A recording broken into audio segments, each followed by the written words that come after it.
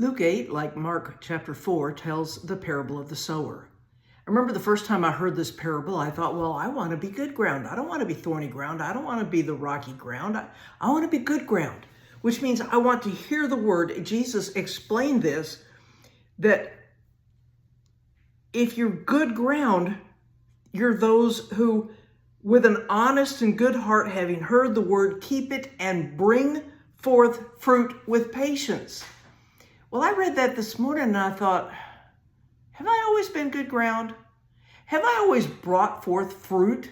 Have you? But what interested me this morning is what comes directly after this.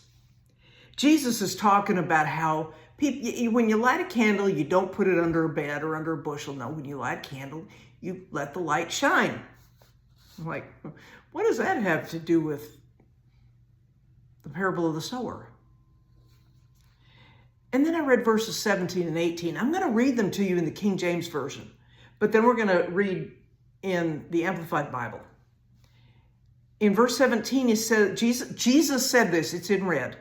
For nothing is secret that shall not be made manifest, neither anything hid that shall not be known and come abroad. Take heed, therefore, how you hear. For whoever has, to him shall be given, and whoever has not, from him shall be taken even that which he seems to have.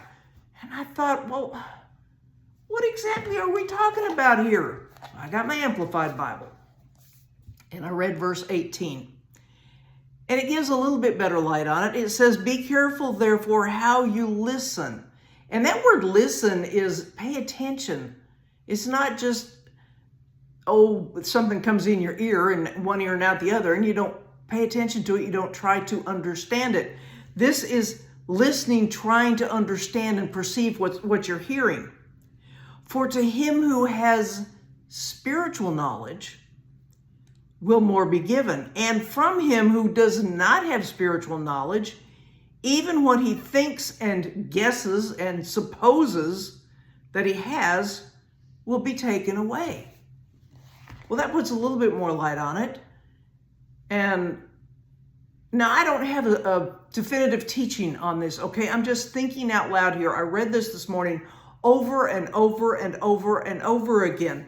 Nothing is secret that shall not be made manifest. In other words, you can't hide something. It will be made known.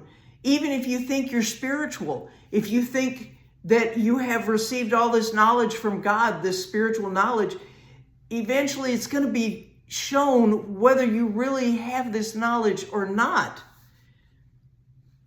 And if you're trying to hide something, maybe you're trying to hide that you don't have that much spiritual knowledge.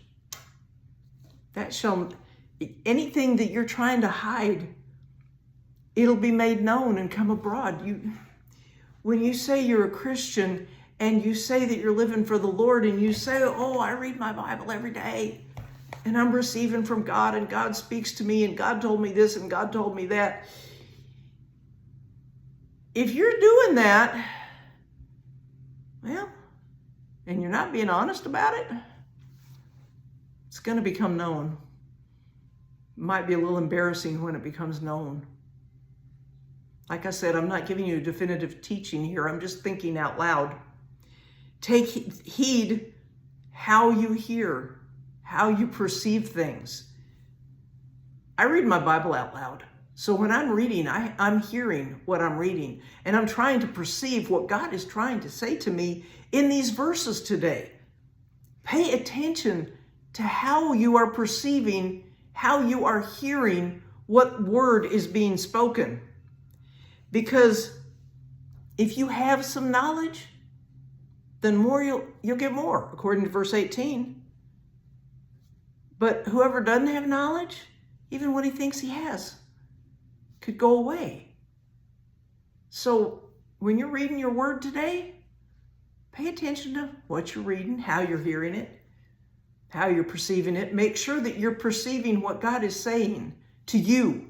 Because, the same verses could say something to me and say something different to you. We don't all need to receive the same thing at the same time. And the funny thing is this is coming, he's saying this directly after he tells the parable of the sower. And he talks about good ground, which in an honest and good heart, having heard the word, keep it and bring forth fruit. So let's hear the word today. Let's keep the word, and let's bring forth that fruit with patience. The fruit may not come the moment you hear the word, but the fruit will come if you wait patiently for it. Continue in his word. Continue reading what the Bible says, and to the best of your ability, do what it says. Thanks for watching. I'll talk to you again soon.